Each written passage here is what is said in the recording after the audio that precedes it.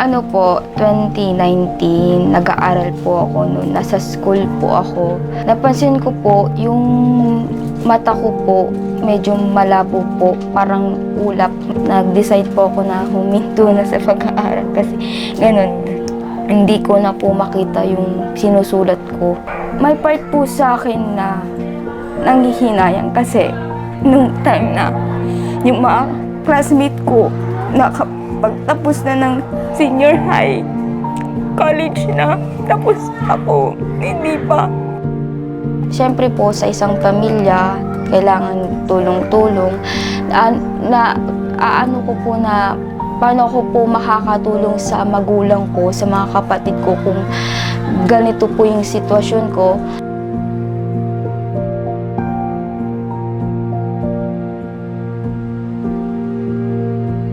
Pina-check up din po siya sa Pangasinan. Kailangan daw na ma-operan daw. 20K daw nga po yung kailangan. Nagkataon nga po talagang wala kaming kapera-pera. No. Maraming problema rin, nagkapatong-patong man. Hindi na namin napagamot. Nakikita namin anak ko na ganyan. Wala kami magawa, parang ganyan ang sakit. Ang sa damdamin.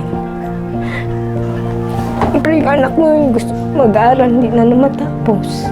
Salamat talaga sa inyo, sa Chuchi Foundation po, na dumating talaga sa amin.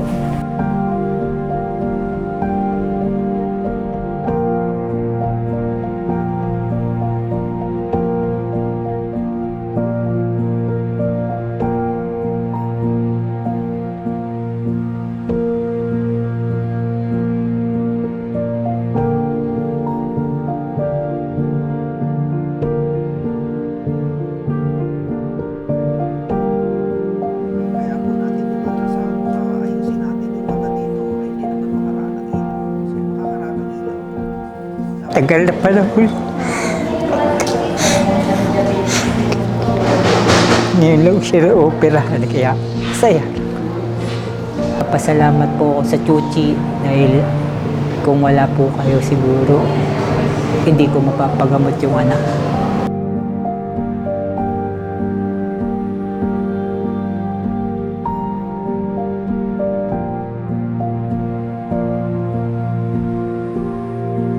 Di ba in-expect na gayong taon na masasagot yung dalangin ko po na magkaroon po ng malinaw na paningin. Masaya po ako ngayon na natupad na po yung pangarap ko. Sa pangarap ko makikita, papagaling po muna, mag-ano po muna ngayon. Pero pag gusto ko pong bumalik po sa pag-aaral. Papasalamat po ako sa Chuchi kasi sa amin po na kapos sa hirap, hindi po madaling magpagamot kasi po mahal po yung mga gamot. Pero po dahil po sa inyo, magiging posible po.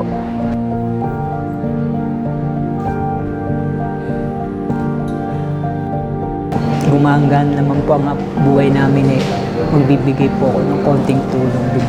Ibabalik din po namin sa Chuchi. Makatulong din sa ibang tao, sa mga nangangailangan din.